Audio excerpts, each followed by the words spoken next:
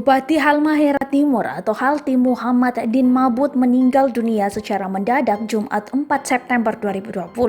Peristiwa itu terjadi saat dia baru saja mendaftarkan diri untuk mencalonkan diri lagi sebagai Bupati Halmahera Timur pada Pilkada Serentak 2020 di kantor Komisi Pemilihan Umum Daerah Halmahera Timur.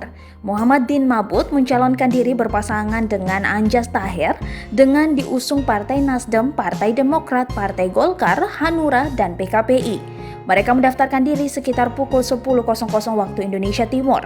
Dikutip dari harian halmahera.com dan Malut Post ID, sepulang dari pendaftar, Muhammad Din Mabut menyampaikan orasi politik di hadapan pendukungnya di kediamannya, Desa Sangaji, Kecamatan Kota Maba, Kabupaten Halmahera Timur.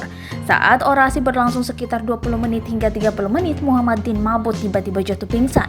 Dia kemudian dilarikan ke RSUD Maba. Namun saat di rumah sakit, Muhammad Din Mabut dinyatakan meninggal dunia. Belum diketahui pasti penyebab meninggalnya Muhammad Din Mabut.